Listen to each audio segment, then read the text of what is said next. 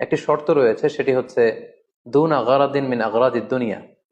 দুনিয়ার কোনো কারণে, দুনিয়ার কোনো লোভে পড়ে, দুনিয়ার কোনো স্বার্থের জন্য যদি কেউ আল্লাহ রাস্তায় জেহাদ করে মৃত্যুবরণও করে, সে শহীদের কোনো মর্যাদা বাদাম আল্লাহ আল্লাহ তালার কাছে নেই। কারণ আমরা হাদিস থেকে জেনেছি অনেক শহীদ কিয়ামতের ময়দানে আল্লাহ তাআলা তাদেরকে জাহান্নামে ফেলে দিবেন।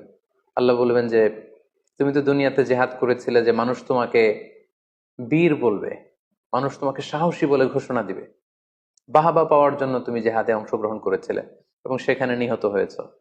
তো তুমি নিহত হওয়ার পরে মানুষ তো তোমাকে বীর বলেছে, বাহাবা দিয়েছে, সাবাস বলেছে, যে কারণে তুমি এই জিহাদে অংশগ্রহণ করেছো, সেটা দুনিয়াতেই তুমি পেয়েছো। তো আমার কাছে তুমি কি চাও? আমার কাছে তোমার জন্য কিছু নেই।